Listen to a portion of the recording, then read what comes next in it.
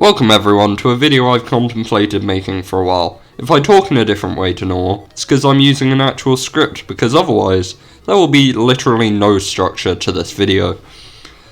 With that, let's get into what I think is happening to indie games.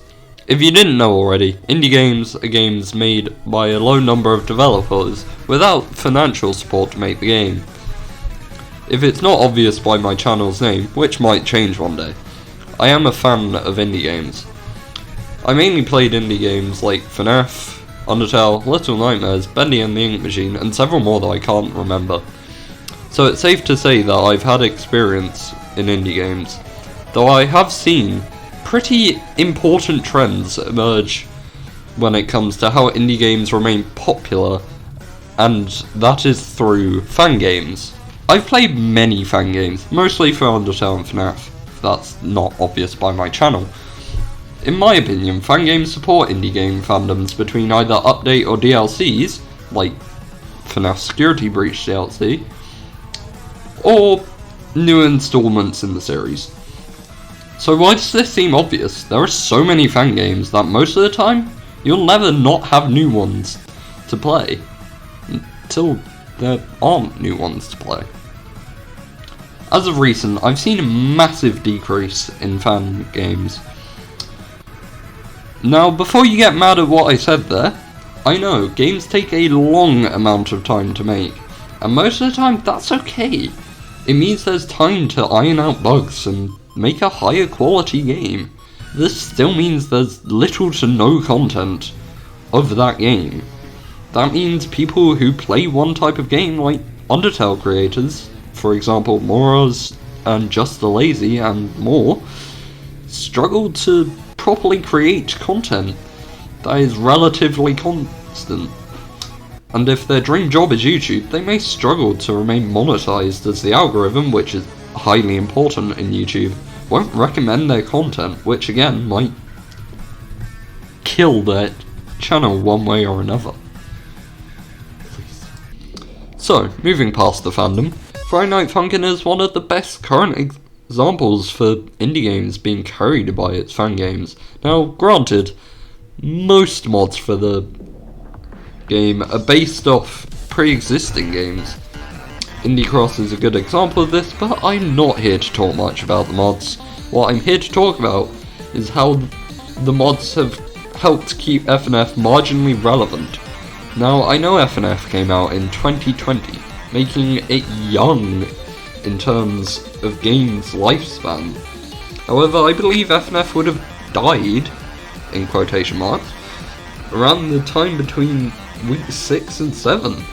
During this time, there was a sufficient lack of FNF content.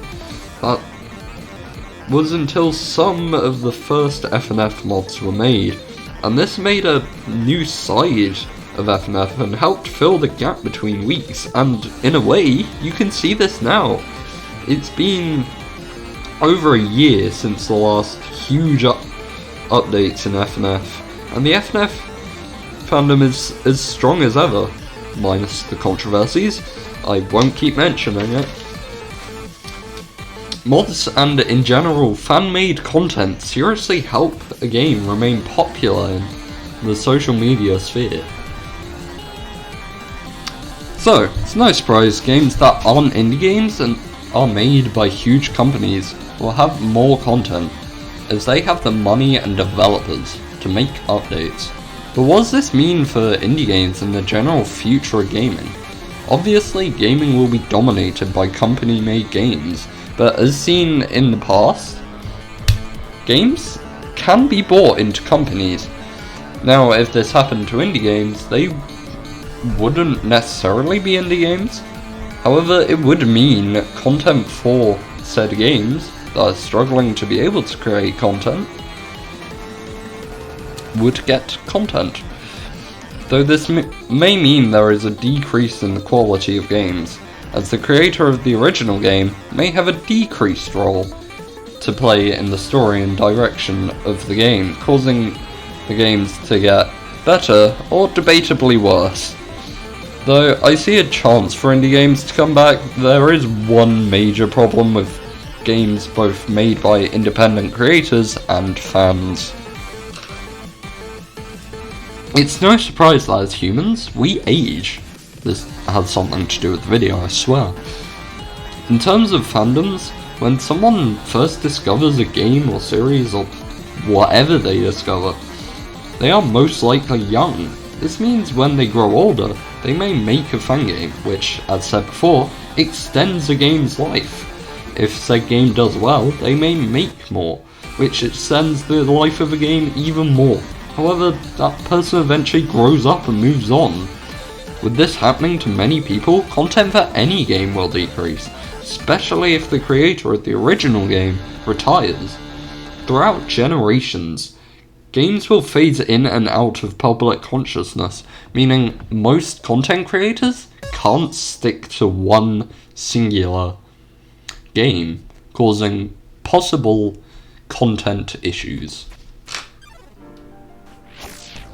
As mentioned earlier, YouTubers who specialise in specific indie games can struggle making content. How might they fix this content issue? Well, it's a bit obvious, isn't it? Through spreading out to other games. Now, there are reasons why this might not work out, however, I won't talk about why now. Like and subscribe if you want one, I'm not sorry. However, a wider range of games may mean a wider range of content for that person and might help these creators gain a bigger audience. There are my thoughts on indie games. Now, quite frankly, I did start talking about the whole of gaming through the later parts of the video, but you'll have to forgive me for that. This is my first scripted video. Don't expect more unless you want me to do that video on why playing more games can damage a creator's channel. Like and subscribe, I'll do it. Indie games are more likely to struggle, though I'm interested to see how content creators, admittedly myself included, deals with the lack of content. Anyway, I hope you all enjoyed. See you all in the next video. Bye bye.